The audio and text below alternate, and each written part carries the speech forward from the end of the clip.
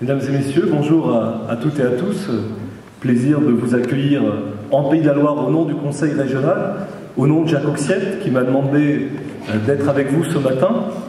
Et puis c'est pour moi un plaisir tout particulier parce que c'est aussi un plaisir d'adhérent de la Ligue des droits de l'homme. Et dans mon parcours professionnel, moi je m'en excuse auprès du président actuel, j'ai été profondément marqué par deux grandes personnalités de la Ligue qui étaient Daniel Meyer. Et puis, moi j'ai adhéré autour de la figure de Madeleine Rébériou, qui était pour moi une incarnation même de la dignité et de la justice.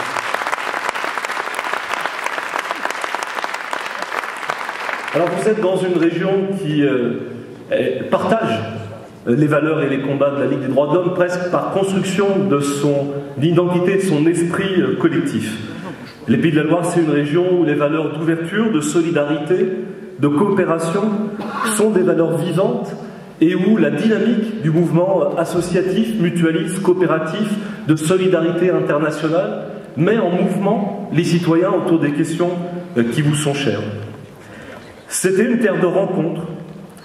Cet esprit des Pays de la Loire aujourd'hui, elle vient de la rencontre entre une culture laïque et ouvrière, entre une histoire paysanne tout à fait spécifique et avec l'humanisme chrétien. Dans d'autres régions, ces traditions cohabitant sur un même territoire auraient pu déboucher sur une confrontation. Ici, elles ont débouché sur un syncrétisme et sur un renouvellement d'esprit, d'ouverture et de dialogue.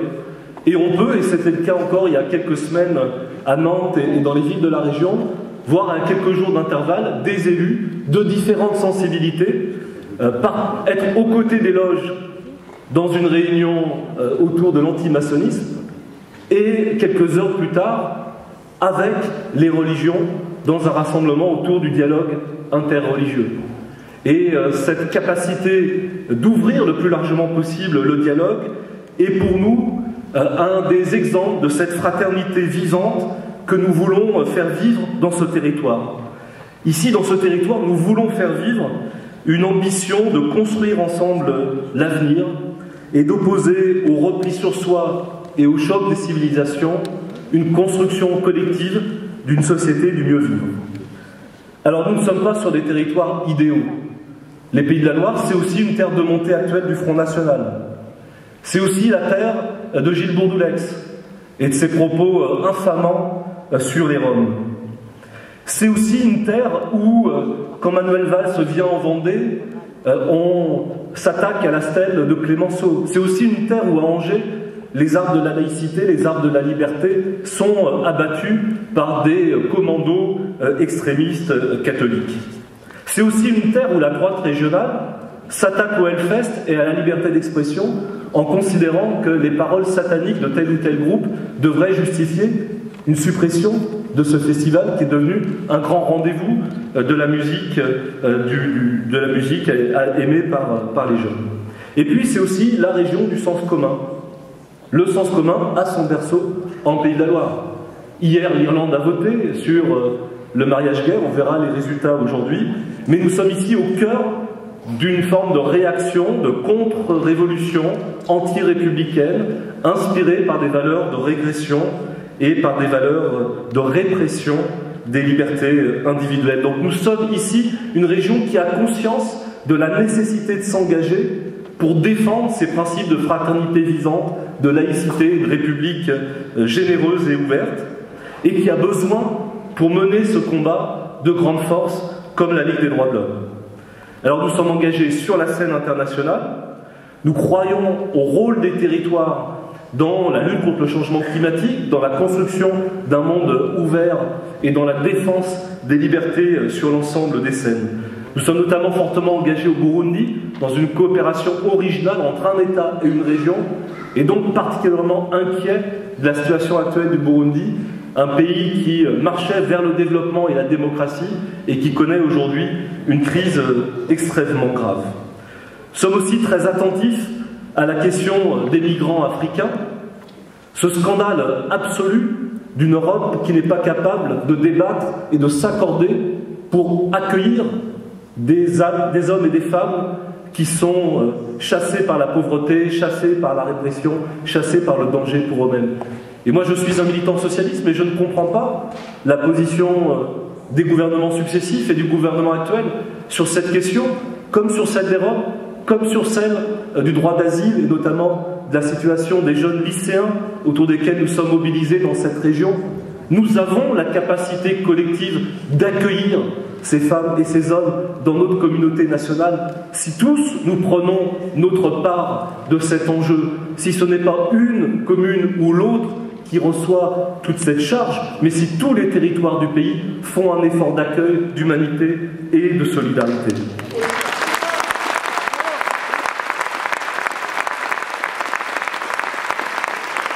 Alors, nous sommes aussi engagés dans les enjeux qui traversent aujourd'hui la Méditerranée. Nous avons été, comme vous, enthousiasmés par les printemps arabes. Nous sommes extrêmement présents en Tunisie, à Kafsa, pour accompagner la consolidation de la démocratie tunisienne, et présents en Palestine, à Hébron, animateurs ici avec les associations d'une plateforme palestinienne et un conseil régional engagé pour la reconnaissance de l'État palestinien. Donc un engagement international, mais aussi un engagement dans les politiques publiques de la région. D'abord un engagement pour l'égalité des droits et la lutte contre la discrimination, un engagement qui était formalisé dans un texte régional, dans un accord avec la HALDE devenue le défenseur des droits, et une mobilisation pour garantir l'accès aux droits en Pays de la Loire. Et là, nous avons encore énormément à faire et nous avons besoin des propositions des réseaux associatifs et de la Ligue des droits de l'homme pour, dans les années qui viennent, franchir une étape supplémentaire dans l'accès aux droits, notamment dans les quartiers, notamment dans les zones rurales les plus éloignées des services publics et parfois des réseaux associatifs. Mais notre priorité, c'est la priorité donnée à la jeunesse, au cœur des politiques régionales.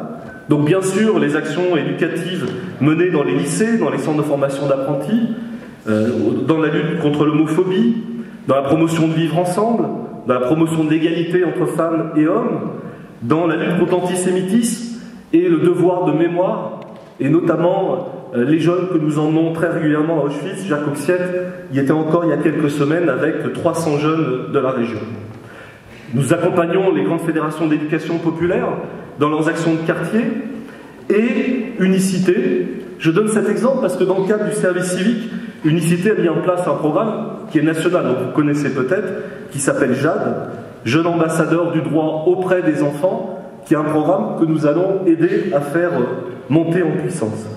Et avant de conclure, je voudrais insister sur cet enjeu de la mobilisation de la jeunesse elle-même autour de la question des droits de l'homme. Moi-même, je commence à être un peu âgé, donc j'ai l'âge d'avoir été le fondateur de SOS Racisme à Nantes en 1985, quand j'avais 17 ans.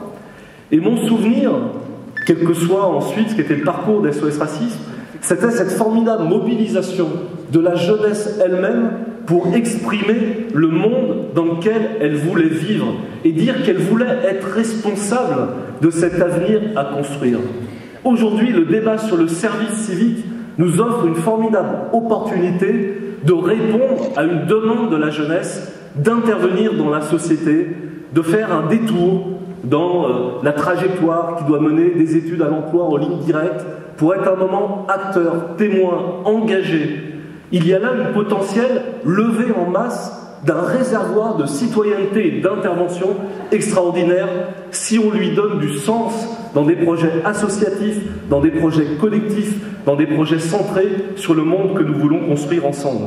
Donc oui, nous voulons ici, en Pays de la Loire, doubler très vite le nombre de jeunes engagés dans le service civique en lien avec l'ensemble des mouvements associatifs. Alors pour terminer, pour nous, l'enjeu principal, pour moi, l'enjeu principal, c'est celui de la République fraternelle. Qu'est-ce que je mets dans ce mot de la République fraternelle?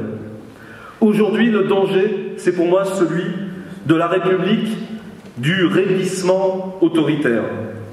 On a bien sûr la pression du Front National qui cherche en permanence à se réapproprier les mots et l'héritage de la République.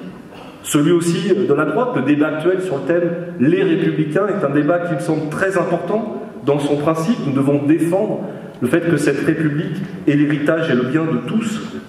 Mais nous assistons aussi à une montée de l'islamophobie, à une volonté de trouver dans une logique strictement répressive une réponse aux débats qui traversent notre société.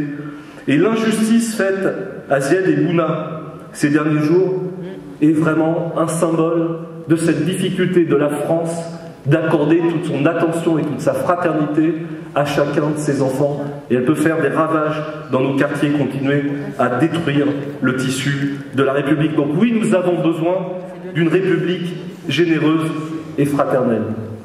Et je ne sais pas si vous avez vu sur le site du Maine Libre, a été annoncée la venue de Lassana Bati qui sera là demain avec vous. Et il y a un des lecteurs du site qui a mis un petit post en disant « Mais qu'est-ce qu'il vient donc faire à la Ligue des droits de l'homme ?» C'était un acte de bravoure, mais qu'est-ce qu'il peut y avoir comme rapport entre l'acte de bravoure et le combat de la Ligue des droits de l'homme? Alors, lire ça, ça nous interroge sur ce que peut être la compréhension par cette société de l'acte extraordinairement fraternel et généreux de cet homme. Qu'est-ce qu'il nous a dit? Il nous a dit, toutes ces personnes qui sont avec moi, ce sont mes frères. Ils sont différents de moi, mais j'ai besoin de leur présence à mes côtés dans la vie pour construire, pour être heureux dans le monde dans lequel je vis, pour construire ce monde qui est le mien et que nous avons en partage. Il a fait un acte d'humanité et de fraternité et de générosité absolument incroyable. Et au moment où parfois les mots de laïcité, fraternité, laïcité, c'est pour moi très synonyme. Les mots de laïcité, les mots de république peuvent être perçus par certains comme un peu poussiéreux. Ces gestes extraordinaires de fraternité humaine nous redonnent le sens du combat qui est le nôtre. Oui, retrouver la pédagogie de la fraternité, retrouver la pédagogie de la construction collective de l'avenir et du changement, la pédagogie de la coopération entre les femmes et les hommes de tous les horizons, c'est pour moi le sens de mon engagement citoyen, c'est pour moi le sens de mon adhésion à la Ligue des droits de l'homme, et c'est pour moi le sens de ma présence ici à vos côtés. Merci beaucoup.